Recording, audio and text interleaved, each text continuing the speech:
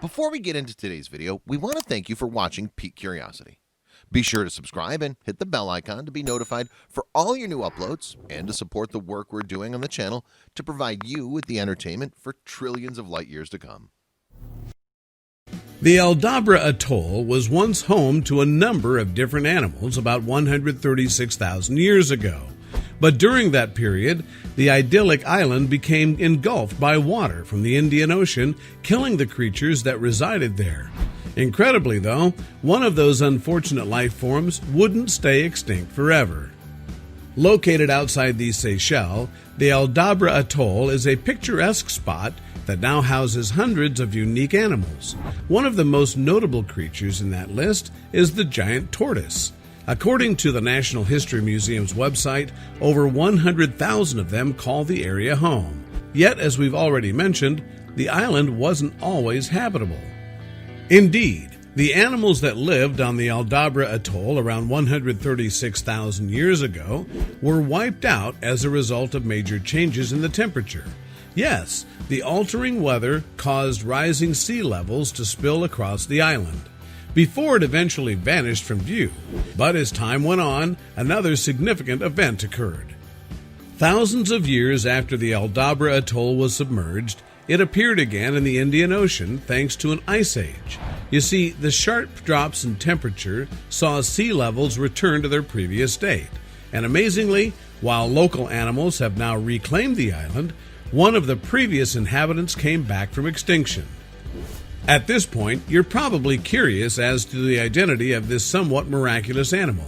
Well, it's referred to as the Aldabra railbird, a species that's around the same height as a chicken. The creature sports dark feathers on its back and a lighter brown shade across its face. Yet, that's not all. In addition to those colors, the Aldabra railbird has a white streak running down its neck. That might not seem too important, but this feature gives us some insight into the animal's past. As it turns out, it comes from a lineage of birds named the white-throated rail. Now, the white-throated rail could fly at first, but it evolved to become flightless. And of course, its subspecies, the Aldabra railbird, can't fly either. It's believed that once the former settled on the island, its biological makeup changed over time. For you see, the Aldabra Atoll didn't house any predatory animals that would attack them, so they had no need to glide away. However, that biological change eventually came at a cost 136,000 years ago. As we highlighted earlier, the Indian Ocean started to spill over into the Aldabra Atoll at the time. That wouldn't have been a major issue for any of the flying birds, as they could just migrate to another area.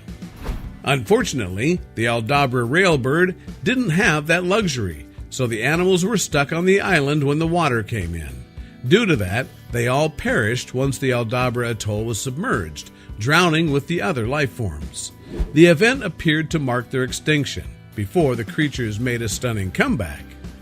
On that note, you might be surprised to hear that the Aldabra railbird isn't the only animal to come back from the dead.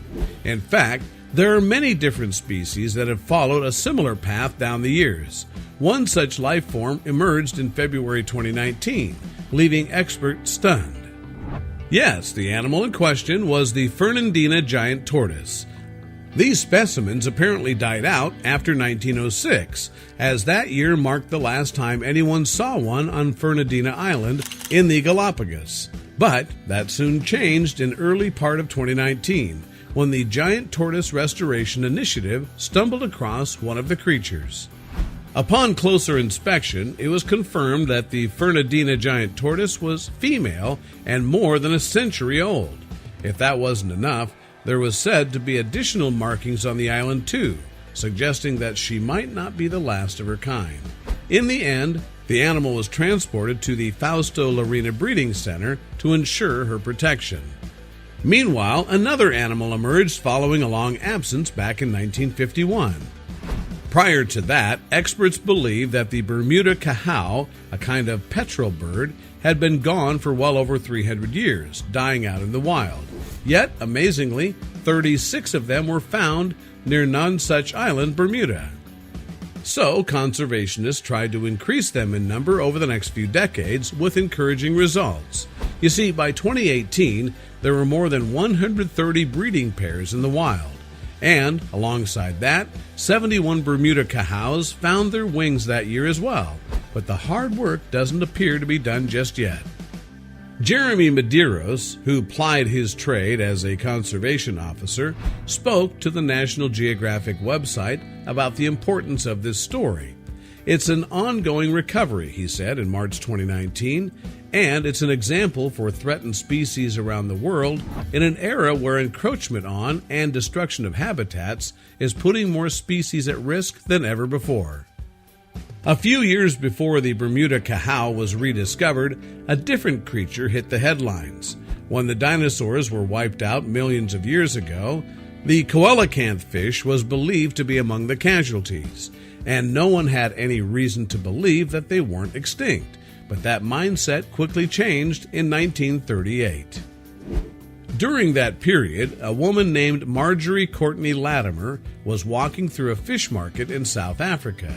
While looking at the catches, she caught sight of a large, live coelacanth, which she subsequently saved. Unsurprisingly, after a 66 million year absence, that discovery generated plenty of attention. Since then, it's been confirmed that just 2 types of coelacanth can be found in the wild right now. And in addition to that, swimmers have noted sightings of the fish in various locations around East Africa. Indeed, they've been seen in waters near Kenya, Mozambique, Tanzania, and Madagascar. While those somewhat ancient animals were close to being completely wiped from the earth, there are more modern species that almost suffered the same fate. The giant panda is one of these, as their numbers plummeted throughout the 1980s. As a result, there were said to be just hundreds left alive. So conservationists tried to protect the remaining pandas, with plenty of money being spent to aid their efforts. And due to that work, the species was saved from extinction. Yes, by 2018, there were over 1,800 pandas out in the open, while some 300 more were staying safe in zoos, according to National Geographic. Furthermore, animals like the Louisiana black bear and the lesser long-nosed bat were in comparable positions in the past too. For instance, the latter species suffered countless losses over 3 decades ago, leaving just under 1,000 of them alive. As for the bears, their numbers dwindled dangerously in the early 1990s. Following those scares, the 2 animals have managed to avoid extinction. When it comes to the Louisiana black bear, it's believed there were up to 750 of them roaming around in 2018. Meanwhile, the lesser long-nosed bat regained a healthy population during that time as well. Indeed, the U.S. Fish and Wildlife Service claimed that their numbers stood at over 200,000. Incredibly, though, one other creature found themselves in an even more perilous position. The animal in question was the Vancouver Island marmot, living in British Columbia, Canada. After loggers worked their way through the surrounding region the decade before, around 20 of the marmots were left alive back in 2003. In the end, the Vancouver Island marmots were eventually pulled back from the brink thanks to some hard work. Yes, once the Marmot Recovery Foundation was set up, their population received a much-needed boost. Indeed, it's believed that you could find up to 200 of them in the wild 15 years on from their brush with death. On that note, let's redirect our focus to the Aldabra railbird. In our lifetime, the species has existed on the Aldabra Atoll. But in May 2019, 2 academics revealed a shocking piece of information about the bird's strange evolutionary past. And they published it in the Zoological Journal of the Linnean Society. Now, the authors had looked at 2 separate bird fossils. The first dated back to the flooding 136,000 years ago and belonged to the Aldabra railbird. As for the second, it was a younger fossil dating back to around 100,000 years ago. Increasingly, that later time frame lined up with when the island reemerged from the water. After studying the bones, the researchers realized that the younger set showed some interesting signs. Those remains belonged to a white-throated rail, the species that spawned the Aldabra railbird. and upon closer inspection, they noted it was beginning to follow the same evolutionary path as the latter. If you're wondering how that's possible, let's cast our minds back to the Aldabra railbird's past. As we already know, the species started out as a white-throated rail that lived in Madagascar. When their numbers ballooned up, several of them started to fly away, looking for another home in the region. Plenty of the white-throated rails died in the end, yet the ones who survived on the Aldabra atoll escaped the same fate. From there, they went through the biological changes that we spoke about earlier. So that brings us back to the author's findings, which suggests that the process started happening again when the island returned to normal.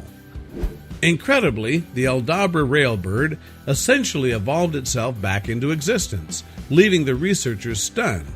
To explain more, one of them released a statement after the paper was published in May 2019. His name was David Martill, and he plied his trade at the University of Portsmouth as a paleobiologist. Martill said, "We know of no other example in rails or of the birds in general that demonstrates this phenomenon so evidently.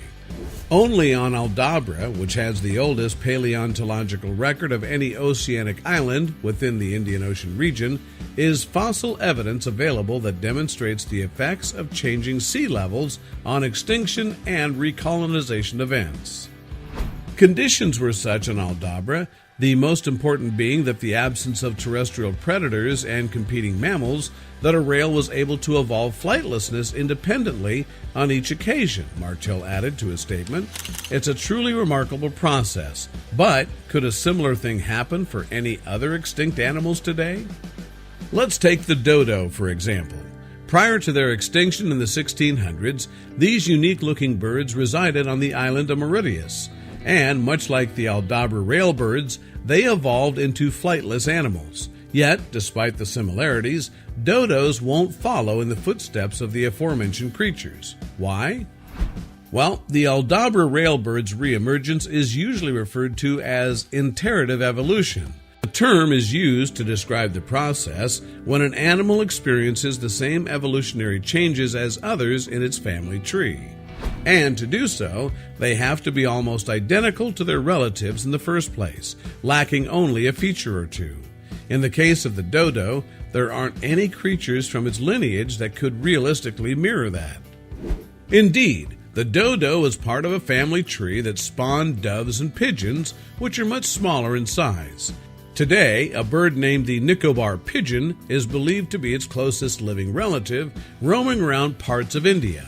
But again, given its stature and living conditions, that bird is unlikely to go through iterative evolution.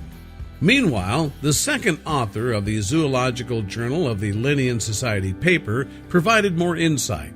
His name was Julian Hume, and he held a position at the National History Museum in London, England. As we'll soon see, Hume summed up what they found. Yes, Hume said, these unique fossils provide irrefutable evidence that a member of the rail family colonized the atoll, most likely from Madagascar, and became flightless independently on each occasion. The fossil evidence presented here is unique for rails, and it epitomizes the ability of these birds to successfully colonize isolated islands and evolve flightlessness on multiple occasions. However, while these findings are definitely exciting, Hume brought up a worrying point a bit later. During an interview on the National History Museum's website, he spoke about the dangers of climate change now. In his mind, the flooding incident 136,000 years ago might well happen again to certain islands. Our research has shown that low islands and atolls and associated fauna have always been vulnerable to climate change, and that complete turnovers of fauna can occur, Hume explained in April 2019. This natural process has been going on for millennia, but it is extremely rare to see it in the fossil record. Hume then concluded, unfortunately, due to human activity, climate change is now happening at an unprecedented rate, and many low inlands around the world may be subject to similar inundation events that occurred on the Aldabra over 118,000 years ago. But if that transpires, the evidence suggests that the Aldabra railbirds of today could eventually reemerge.